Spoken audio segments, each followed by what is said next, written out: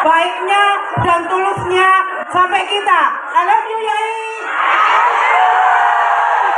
Kepada beliau kami persilakan.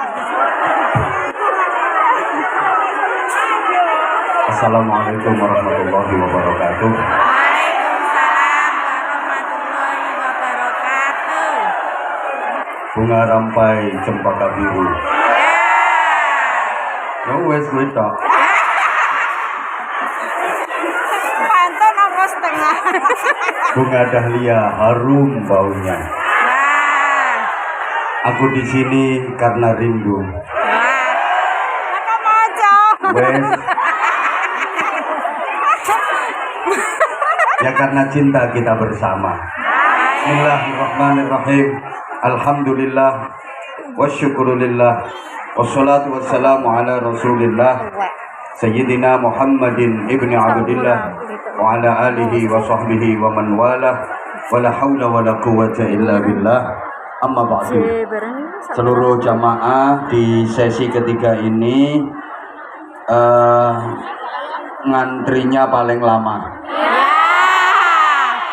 nunggunya paling lama. Ya. Insya Allah pahalanya paling gede. Karena kesabarannya benar-benar diuji.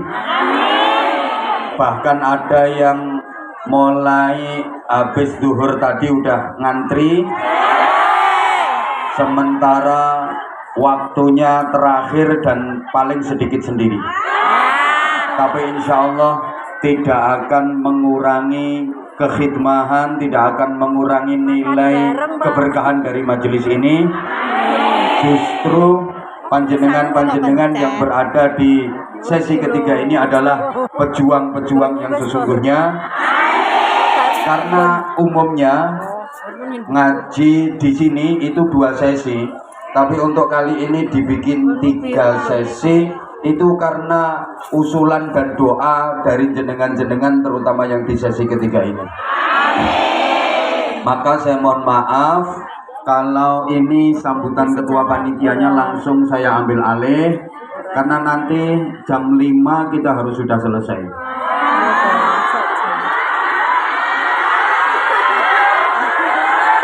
Oke, mungkin bagi panjenengan ini masalah. Kenapa? Yang sesi pagi tadi waktunya lama, yang sesi siang tadi lumayan lama. Tapi kenapa yang sesi 3 kayaknya kok dianak tirikan? Karena jenengan partai tambahan. Sama kok tiketnya. Buktinya tiket jenengan hanya ndas saya. Ya Allah. Betul? Nah itu lama-lama nanti ada tiket bagian gulu, ada tiket bagian kelek nanti. Tapi tidak apa-apa, pokoknya kita langsung ngaji. Ya mohon maaf banget, saya juga mewakili panitia. Ini sebenarnya kebijakan dari panitia. Jenengan misalnya kemarin waktu ngantri tiket terus tidak dikasih sama panitia, sama Bunda Nuris dan kawan-kawan, mesti jenengan ngoceh-ngoceh nunggone medsos ndak karo-karuan. Ini panitia udah ngambil resiko yang luar biasa. Yang ngata-ngatain panitia di medsos juga nggak sedikit. Baru kali ini ada ngaji dibikin 3 sesi, itu terus duitnya alirannya kemana? Tak jawaban alirannya ke alam barzah. Orang dia itu paling cuman nyumbangnya $20 loh, tapi cangkemnya itu kata-kata. Mbok yo mohon maaf, kita sama-sama menyadari. Artinya gini, bayangkan misalnya yang nggak kebagian tiket itu penjenengan, itu loh. Sehingga panitia bikin kebijakan kalau waktunya memungkinkan dibikin 3 sesi. Saya ditawari siap apa enggak, insya Allah saya siap. Yang penting panitia bisa mengatur dengan tertib bagaimana perpindahan dari jamaah sesi 1 ke sesi 2, sesi 2 ke sesi 3. Insya Allah saya siap. Jangankan 3 sesi, 4 sesi pun saya siap. Jadi misalnya pertemuan berikutnya, majelis berikutnya, sesi pertama habis subuh.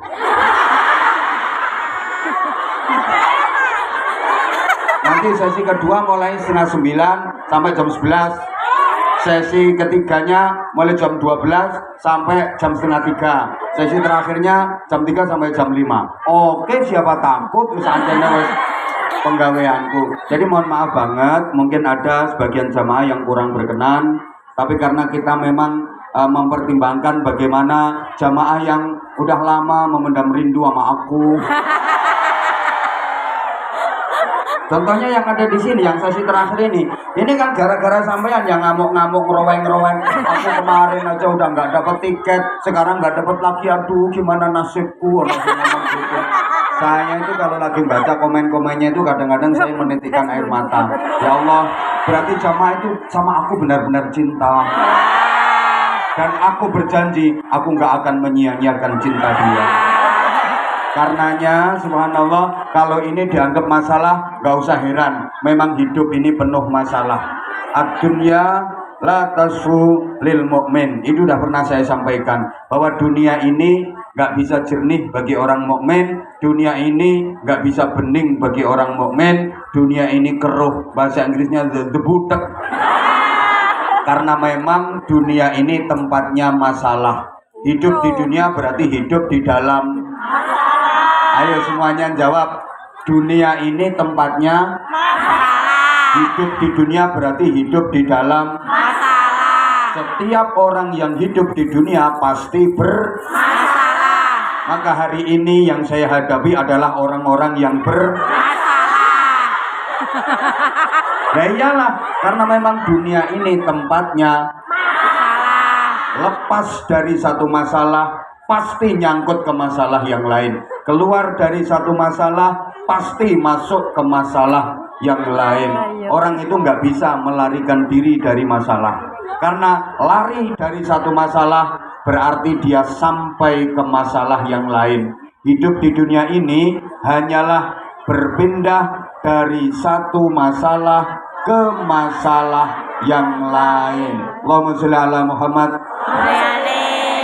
Ternyata orang cari kerja itu berarti cari masalah. Orang semangat cari kerja itu berarti cari masalah. Bangun rumah berarti bangun masalah. Bikin acara berarti bikin masalah. Lah iya, rebutan presiden itu berarti rebutan masalah. Memang hidup ini tempatnya masalah. Maaf, ada orang nyari jodoh itu berarti nyari masalah. Golek bojo ki berarti golek masalah. Mergo bojone pasti wong sing bermasalah. Ya ternyata golek bojo niku golek kanca kanggo ngadepi, golek kanca kanggo ngatasi, golek kanca kanggo nanggulangi masalah. Akhirnya berharap bisa menikmati. Nah iyalah,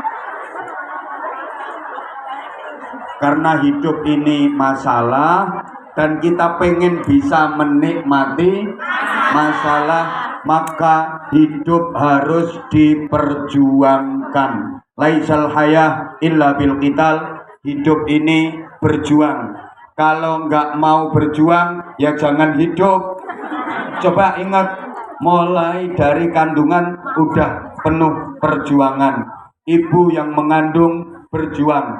Al-Quran menggambarkan wahnan ala wahnin. Orang mengandung itu kepayahan demi kepayahan, sakit demi sakit, derita di atas derita. Hamil muda itu udah menderita. Sakit, muntah nggak keluar apa-apanya, pengen muntah nggak keluar apa-apanya. Muntah itu udah sakit, tapi kalau bisa keluar biar lega. Lah orang hamil muda itu kan muntah tapi nggak keluar apa-apanya.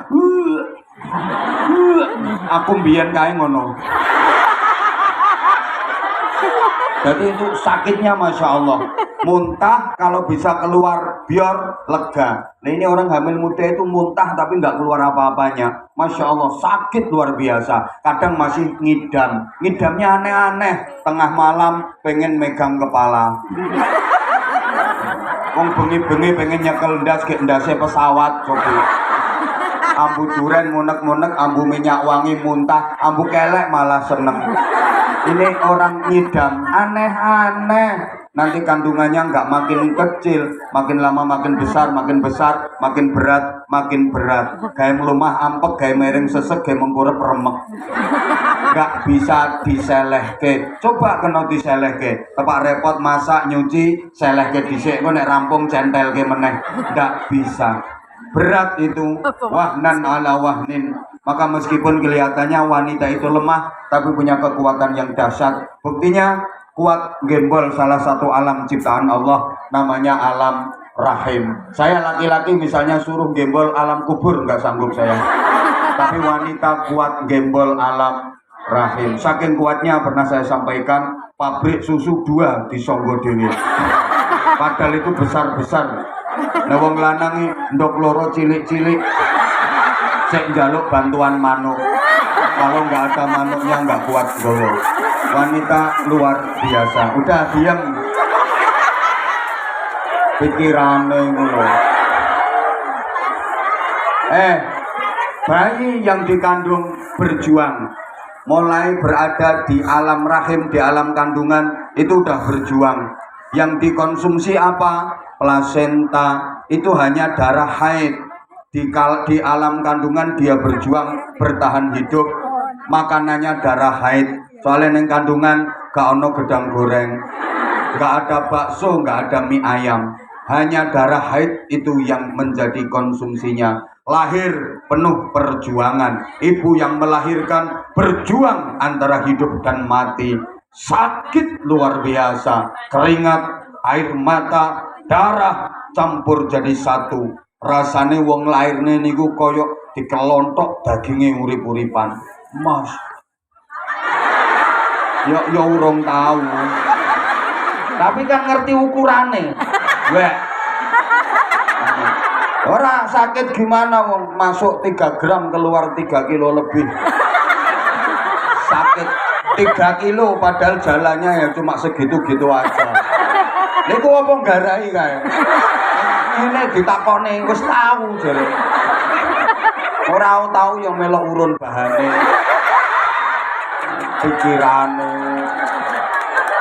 Bayi yang dilahirkan juga berjuang. Lahir nangis. Bayi lahir ke dunia pasti nangis, kecuali kuwi mau. Kuwi paling biyen lahir langsung kaya mak lampet. Semua bayi lahir ke dunia dalam keadaan menangis. Mesti bantah. Lah nek bayine mati ya ora nangis. Ora bahas nek mati. Bantah hai. Oke, siap. Ini yang sesi 3 ngajinya harus tek tek tek tek tek tek karena waktunya singkat jadi harus efektif. Sebelum nanti diobrak-obrak sama brother. Kalau enggak brother, ya sister ini yang ngobrak-ngobrak. Allahumma sholli ala Muhammad. Bayi yang dilahirkan ke dunia juga penuh perjuangan. Coba lahir ke dunia dalam keadaan menangis. Kenapa bayi lahir kok menangis? Karena dia udah sadar akan menghadapi perjuangan hidup yang sangat berat. Bayi lahir ke dunia nggak bisa apa-apa. Bisa apa-apa itu karena berjuang. Bayi ini loh bisa ngangkat kepala, berjuang. Bisa tengkurap, berjuang. Bisa ongkong-ongkong. Ongkong-ongkong itu bahasa Indonesianya apa ya? Belum, sebelum berangkang. Ongkang-ongkang. Kan pertama itu bisa ngangkat kepala, terus bisa mengkurap. Angkong-angkong. Habis mengkurap, ayo anggang-anggang karepmu. Bisa ongkong-ongkong, berjuang. Kemudian bisa merangkak, berjuang. Dia bisa berdiri, berjuang. Bisa belajar jalan, berjuang. Bisa ngomong, berjuang. Bisa lari, berjuang. Penuh perjuangan. Makanya para jamaah sekalian yang saya cintai, yang saya hormati, rahimakumullah, kayaknya lihat dari auranya, lihat dari wajahnya, lihat dari omongannya, yang hadir di sini ini orang-orang yang nggak mau bermasalah. Orang dongo kok diamini. Saya ini ngomong, yang hadir di sini ini sepertinya kalau dilihat dari wajahnya, omongannya, nggak mau punya masalah, nggak mau repot, nggak mau ruwet, nggak mau susah, nggak mau sulit. Pokoknya sing nang ngarep kowe iki lho. Gayane iki karepe ngono, kepengin semuanya enak, lancar, mudah. Urusannya gampang lah ngono toh. Padahal sesungguhnya sampean-sampean ini adalah orang-orang yang sering merindukan masalah. Sampean-sampean adalah orang-orang yang sangat berharap datangnya kesulitan. Loh iya, sepertinya kalau dilihat dari tampilannya kayak nggak mau bermasalah, nggak mau susah, nggak mau repot, nggak mau sulit, maunya pokoknya seneng, enak, urusannya lancar, semuanya gampang. Padahal kalau mau jujur, kita itu sering merindukan masalah, kita sering berharap kesulitan. Kenapa? Sebab keindahan dan kebahagiaan hanya akan diberikan oleh Allah Subhanahu wa Ta'ala kepada manusia setelah manusia mampu melewati masalah demi masalah. Kenikmatan hanya akan datang setelah manusia bisa menghadapi masalah demi masalah. Kemudahan hanya akan didapat setelah manusia bisa melewati kesulitan demi kesulitan. Fa inna ma'al usri yusran, inna ma'al usri yusran. Maka sesungguhnya bersama kesulitan terdapat kemudahan. Sungguh bersama kesulitan terdapat kemudahan. Kalau pengen mudah harus mau sulit dulu. Kalau nggak mau sulit nggak bakal ketemu mudah, nggak bakal dapat kemudahan. Kalau pengen nikmat harus mau sengsara dulu. Kalau nggak mau sengsara nggak mungkin bisa ketemu yang namanya kenikmatan. Allahumma sholli ala Muhammad. Berakit-rakit ke hulu, Senang-senang kemudian. berenang-renang ke tepian, bersakit-sakit baru bersenang-senang. Kemudian. Itu rumus. Tepuk ami-ami belalang. Kok siang makan nasi, kalau malam mimi susune sopo. Sekarang ngaji dulu. Kok ami-ami belalang kupu-kupu. Rumah nonton. Ya kalau ingin dirahmati ya sekarang ngaji dulu. Artinya kita nggak mungkin mendapatkan kenikmatan kalau kita nggak melalui kesengsaraan. Kita nggak mungkin ketemu kemudahan kalau kita nggak melewati kesulitan. Saya sering contohkan gini, panas, sumuk, ongkep itu kan nggak enak, nggih. Ya Allah nggak semangat. Panas, sumuk, ongkep itu masalah apa bukan? Masalah. Enak apa enggak? Enggak. Tapi sesungguhnya coba dipikir, kapan sampean bisa merasakan nikmatnya kipasan kalau nggak diberi panas, sumuk, dan ongkep? Oh iya ya. Misalnya nggak dikasih sumuk, ongkep, panas, sampean nggak bakal bisa merasakan nikmatnya kipasan. Ternyata sumuk, panas, ongkep adalah tangga untuk menuju nikmatnya kipasan. Adem, terlalu dingin, ngedudur, kan nggak enak itu. Tapi kapan sampean bisa merasakan nikmatnya jaketan kalau nggak dikasih hawa dingin? Betul? Karena dingin maka sampean bisa merasakan nikmatnya jaketan. Karena dingin sampean bisa merasakan nikmatnya kemulan. Karena dingin sampean bisa merasakan nikmatnya kelon. Ternyata yo kelonan karo bantal. Ternyata dingin adalah tangga untuk bisa merasakan nikmatnya. Ayo kalau kita pikir masalah, problem, kesulitan itu ternyata nikmat.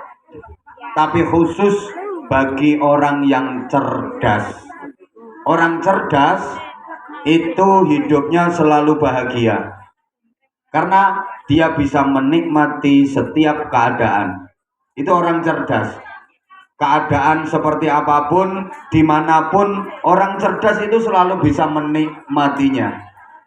Begitu panas, dinikmati panas itu dengan cara kipasan. Ayo toh sing banter. Begitu kepanasan, dinikmati panas itu dengan cara kipasan. Begitu adem, kademen, dinikmati dingin itu dengan cara jaketan kemula. Wes toh wes. Perut lapar itu nggak enak, tapi ternyata itu adalah tangga untuk menuju nikmatnya makan. Coba misalnya sampean nggak dikasih perut lapar, waret terus. Misalnya wetenge sampean itu loh kenyang terus, makanan apapun nggak akan terasa nikmat. Bentar, azan.